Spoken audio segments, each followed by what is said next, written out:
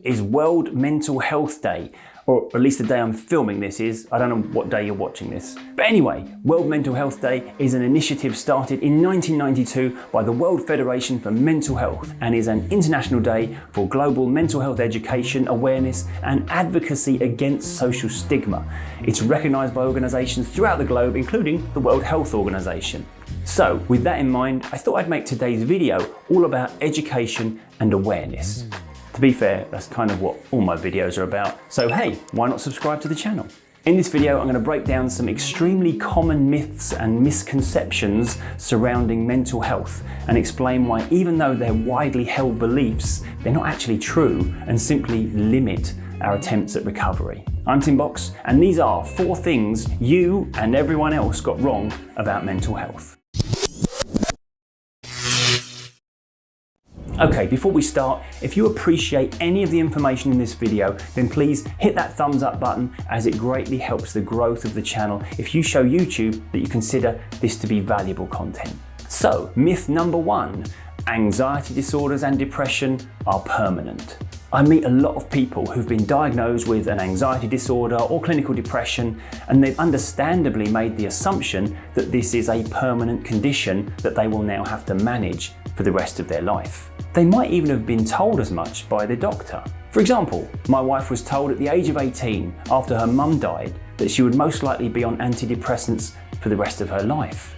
This fortunately turned out to be incorrect, but she should never have had this suggested to her in the first place. All too often, a perfectly healthy response to extreme adversity is interpreted by a so-called professional as an unhealthy response, simply because it's gone on for longer than the textbook says it should have. This often leads to us being medicated. First of all, any medication to regulate mood or emotional response is not designed to be a permanent solution. It's important to remember that any medicine is very much treating the symptoms and is there as a valuable regulator of those more extreme responses, so you can feel able to work on and change the environmental and psychological factors at play that are, after all, the cause of the anxiety or depression. It's true that many people will get locked into anxiety or depression for a lot longer than they would like, and as a result they might start to perceive this as a permanent state, but it almost never inherently is. It's the loss of hope that locks us into this way of viewing the world and perpetuates the state, not any chemical or genetic predisposition. Knowing that this period of anxiety or depression will at some point end can be the catalyst to making that change and the first step down the road to recovery.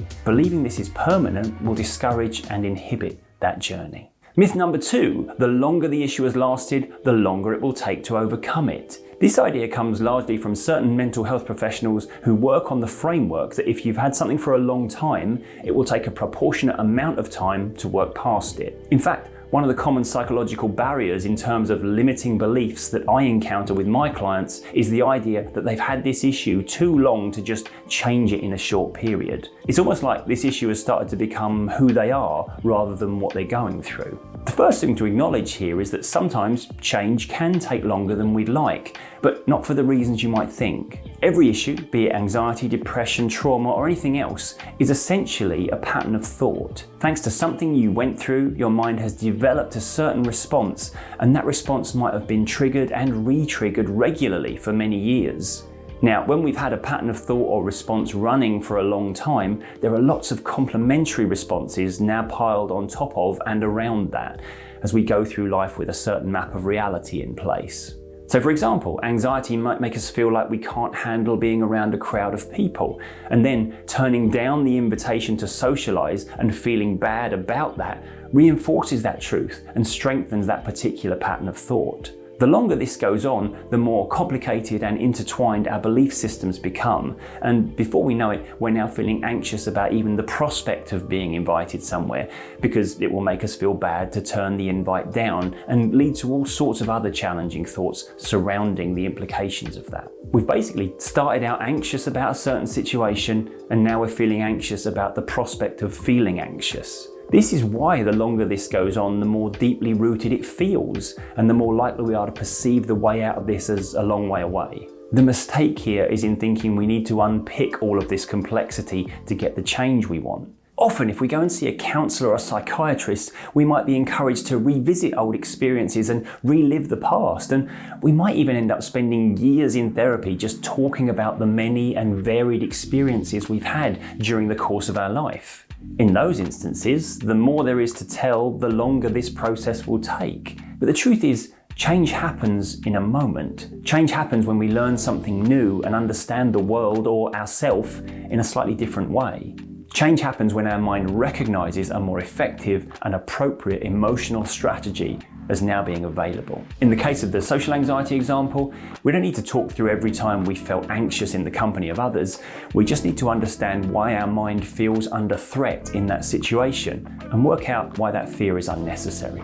Understanding is the antidote, and understanding can happen in a moment. The main reason we get locked in emotional issues for a long time is because it's often our belief that it will take a long time to work through this. That belief stops our subconscious from entertaining rapid change as an option. Our mind doesn't tend to engage in any activity it regards to be impossible. All too often we put up psychological barriers based on our belief that this will take years to fix, when we might be just a moment away from our mind learning what it needs to know to make that change. Myth number 3, some mental health issues are harder to change than others. This is an extremely common misconception in the mental health profession. You'll get some therapists or practitioners that will deliberately steer clear of working with certain issues because they have the perception that they don't get great results in that area.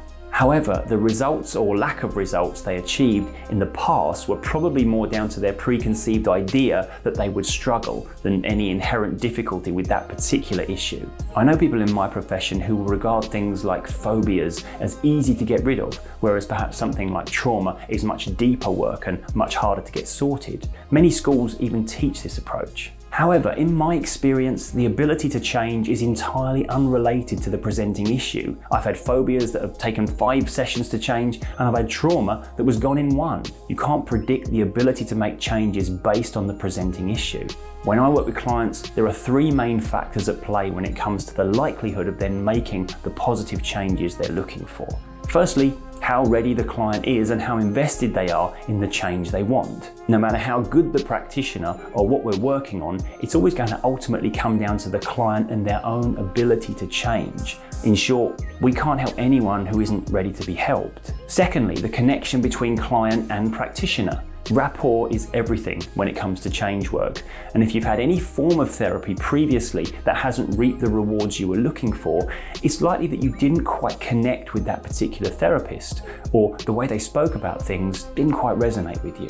Finally, and to a much lesser degree, the method we're using has some importance. Whilst the changes we seek to make don't really depend on the method, it's certainly true that if the change model the therapist is utilising just doesn't click with you, then you're unlikely to get a good result. I've had clients come to see me because they've tried something like cognitive behavioural therapy, but didn't like the amount of forms to fill out or the level of conscious effort that was needed to make the changes, and wanted to do something more focused on the subconscious, where the work is done in session rather than with any homework or tasking.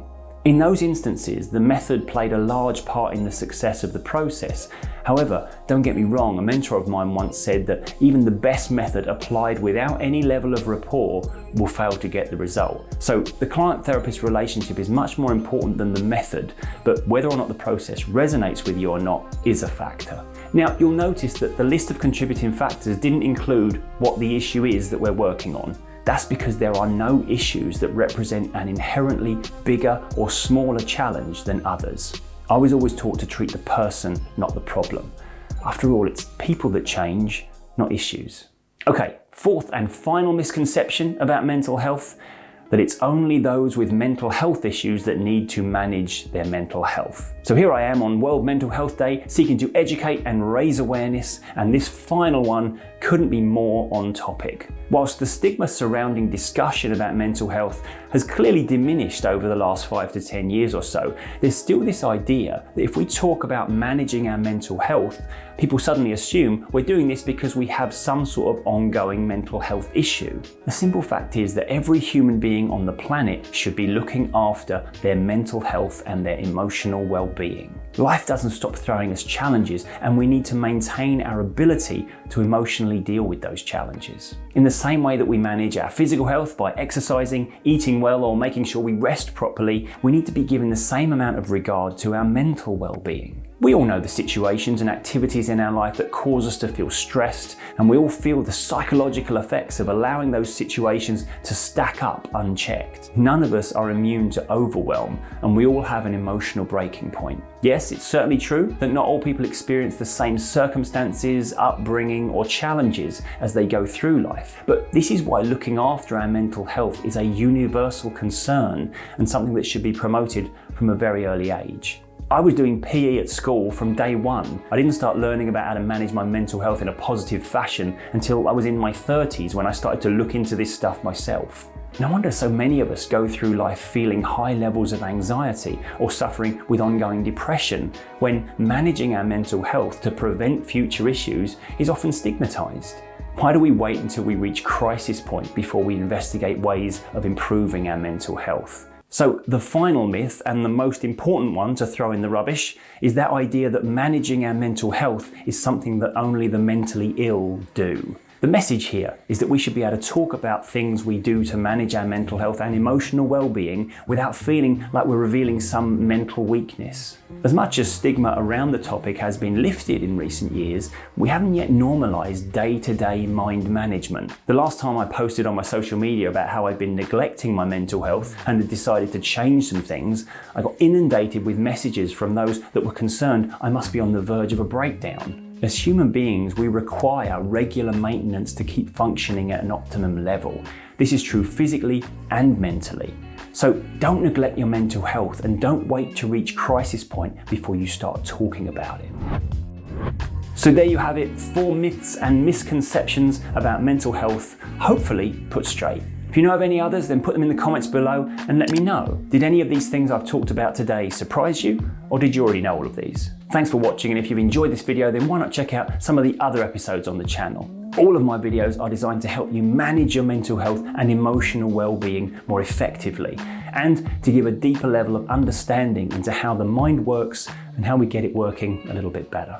Before you leave, please remember to hit the subscribe button, as it helps the channel grow, and thank you for all of your continued support of what I'm doing here. I'm Tim Box, mind coach and remedial hypnotist. Always remember to be kind to your mind, and I'll see you next time.